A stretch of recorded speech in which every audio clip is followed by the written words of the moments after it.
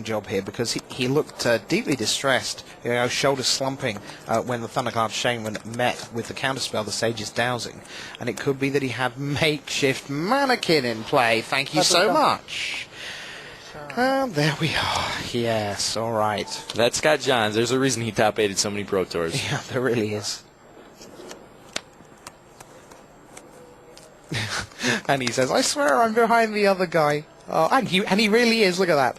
Yeah, we can see on one of the cameras. He's miles away from Pascaly. He just called it right. Latchkey Fairy happens to be a rogue, so it automatically suits up with that Cloak and Dagger. Yeah, and although it has 1 toughness, that really doesn't matter right now because it has Shroud. It cannot be targeted. Thundercloud Shaman would have dealt with it fine because that... or no, it wouldn't, would it? Actually, if Thundercloud Shaman had come down, would that have killed the Shrouded guy? Thundercloud Shaman is, it sort of the deals Wrath of God 1 effect. to each, isn't it? So for the number. For the number, so it would have done. It would have dealt with it. And there's a bounce spell That will kill the Thundercloud Giant because it has a mannequin counter on it. Yep. So that's gone away. The 5 damage from that Latchkey Fairy, that could be problematic for Pascaly. It really is quick. That's the thing. Without the ability to target, in for 5, Pascaly, I believe, drops down to 11, or is it even less? Potentially, we will know in just a moment. It's 7, Pascaly, so we are well and truly in trouble. Got to give a lot of credit to Mingi here with a bad matchup, just fighting through tooth and nail to try to get in wins it however he can, carefully playing with the Whisker Gill Elemental that last game, so he get Cloak and Dagger on it, now doing the same with the Latchkey Fairy. Things are looking up for this kid. You got to have a lot of respect for what he's been able to do this year, being quote-unquote a no-name on the way in. For sure, and something else that he's done, one of the things we encourage you to do as you're starting on your road towards maybe winning a PTQ or getting to the Pro Tour, is to say, have a plan. Ask yourself, what does my deck do? And the first stage is you answer the question with, well, my deck mills people to death. That's my Drown of Secrets. But then the better players say, what could my deck do? It could do this. It could make a 5/1 flyer and kill you in 4 turns. Yep, and it's important not to get what they call tunnel vision, and that's a situation where you picture yourself doing one plan and sticking to it, and then and forgetting. Ooh, look at very that close violet pool. It was going to get rid of the Drowner, make a 1/1, could have traded for the 5/1, but Ming says no, no, no. That was negated. Non-creature spell, violet pool in the bin. I think that could be the key play right there. Yeah, absolutely, absolutely. That was huge. There was a really big opportunity for Pascaly there, and just now Pascaly's shoulders are slumped again, and this time I don't think it's because he's got makeshift mannequin in hand. I think that's because he's heading for game 5. Yeah, it might be the real deal this time. It's tough. It's a tough situation for him to be in.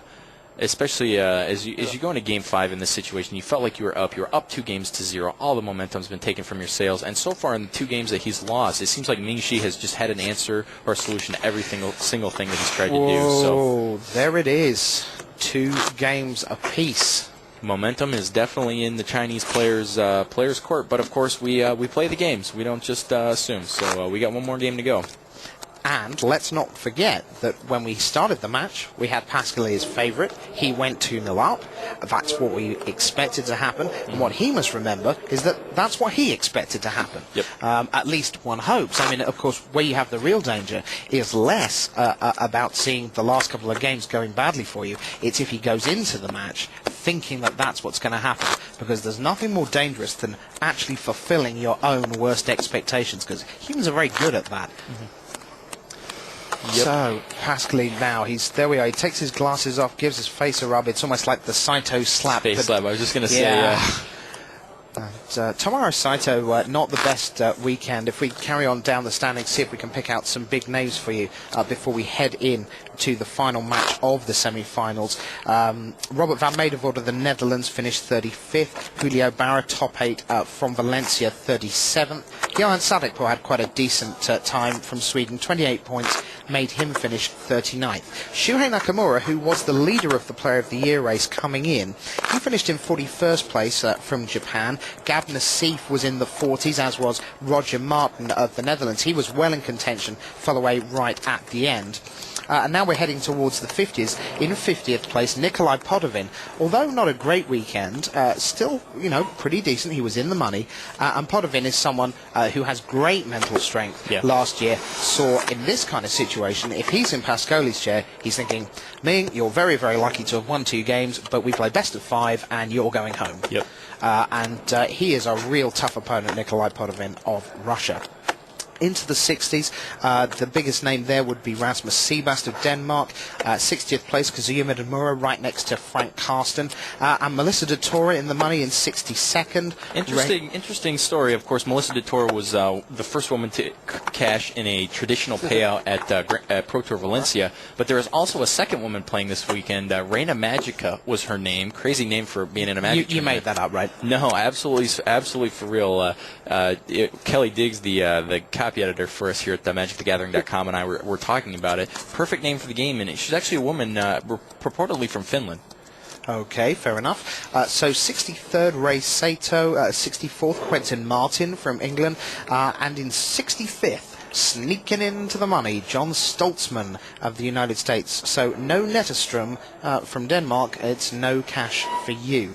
All right, well, it looks like the players are shuffled up, and Ming is having a little think about whether he wants to mulligan or no. He's sitting there he is, pondering away. This isn't a decision you want to get wrong. No, absolutely not. And the talk that we've had with players this weekend has varied on whether you should mulligan or not. I talked to Mike Ron, and he said he is just the greediest with hands, keeps hands he probably shouldn't, whereas former World's Top 8 competitor King Kroner once wrote that the rule on mulligans is universally, when in doubt, throw it out. Something that you never know which one is correct there, but it looks like Ming might have kept a pretty risky hand here. He's sitting on an island in hand, 2 islands on the board. Oh, and just drew another one. Drawn an island. Got a hand of white cards and an Aether Snipe with Aquatex Well that won't be doing very much. I guess the only positive thing you can say is that he does have access to a turn's worth of grace if he decides to evoke the Aether Snipe. Yeah. So, yeah, he was on the play as well, so had one less draw step to on the draw. So, yeah, with the extra card, all the more reason to go for a new one. Blind Spot Giant, says Pascali. Not exactly that frightening just at the moment. It's just a 4-3 that does nothing. Yeah. Until there's another giant. Oh, we got a plains for the young Chinese player, Stony Brook Schoolmaster. Very important card for him. Life expectation of that one, do you reckon, Bill? What's that, Rich? Life expectation? Probably not a lot. No, not very long. That will be dying pretty young. Although he does get the Aquatex Will to get the draw out there and get an island going for his opponent. All right, so Pascali looks a little more in this game. It looks like he's got his head into gear. He took his glasses off, gave his face a shake, and said, "I may not get to the semi-final of a Pro Tour that often. Perhaps I'd better really make the most of it." And whatever he said to himself in that moment, he seems to be leaning forward and getting back into it. And, wow, there is a roar from the crowd. The Italian players watching just went nuts. Yep, the Chandron, what a great play for him right there. And I saw him tap 5-man and thought, uh-oh, if that's the Planeswalker, the Chinese player could be in some trouble. He needs to find a way to get a creature on the board that can potentially deal with the Chandron. Otherwise, he's in a lot of trouble.